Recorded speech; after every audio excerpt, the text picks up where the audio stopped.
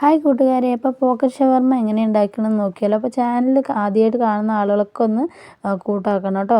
എന്തായാലും മറക്കാതെ കൂട്ടാക്കണം. അപ്പോൾ നമ്മൾ മൈദമാവ് ഇതുപോലെ എടുത്ത് വെച്ചിട്ടുണ്ട്. ബ്രെഡിൻ്റെ 4 സൈഡും നമ്മൾ കട്ട് ചെയ്തിട്ട് അതിനെയും കൊണ്ടാട്ടോ നമ്മൾ ബ്രെഡ് കോട്ട് ചെയ്യാൻ വേണ്ടിയിട്ട് നമ്മൾ വയ്ക്കുന്നത്. ഈ മൈദ ആദ്യം 4 സൈഡും ഇങ്ങനെ മൈദയാക്കുക. അതിന് ശേഷം ഒന്നായിട്ട് കുത്തി ആക്കിയാൽ മതി. അതിന് ശേഷം നമ്മളിതുപോലെ നമ്മൾ പൊടിച്ച് വെച്ചിട്ടുള്ള നമ്മുടെ ഈ ബ്രെഡിൻ്റെ പൊടികളൊക്കെ ഇങ്ങനെ സൈഡിലൊക്കെ നന്നായിട്ട് ഇങ്ങനെ ഒന്ന് പറ്റി പിടിക്കുന്ന മൈദമാവിൻ്റെ ഇതിൽ പറ്റി പിടിക്കുന്ന രീതിയിൽ നമ്മളിതുപോലെ 2 ബ്രെഡാണ് എടുത്തിരിക്കുന്നത്. 2 ബ്രെഡ് നമ്മളെടുത്തിട്ട് ഇതുപോലെ നല്ല പോലെ ഒന്ന് സെറ്റാക്കി കൊടുക്കുക കേട്ടോ. ഇത്രയേ ഉള്ളൂ കേട്ടോ. ആദ്യം 4 സൈഡും ആക്കുക, പിന്നെ നമ്മൾ അതിൻ്റെ വലത് ഭാഗവും ഇടത് ഭാഗവും അങ്ങനെ തിരിച്ചും മറിച്ചും ചെയ്യുക കേട്ടോ. അതിന് ശേഷം നമ്മളിതിനെ ഇതുപോലെ നന്നായിട്ട് ഒരു ഈ കളറ് വരുന്ന പോലെ പൊരിച്ചെടുക്കുക. ഓയിൽ നല്ലപോലെ ആവശ്യം നമുക്ക് വരും ഇതിൽ.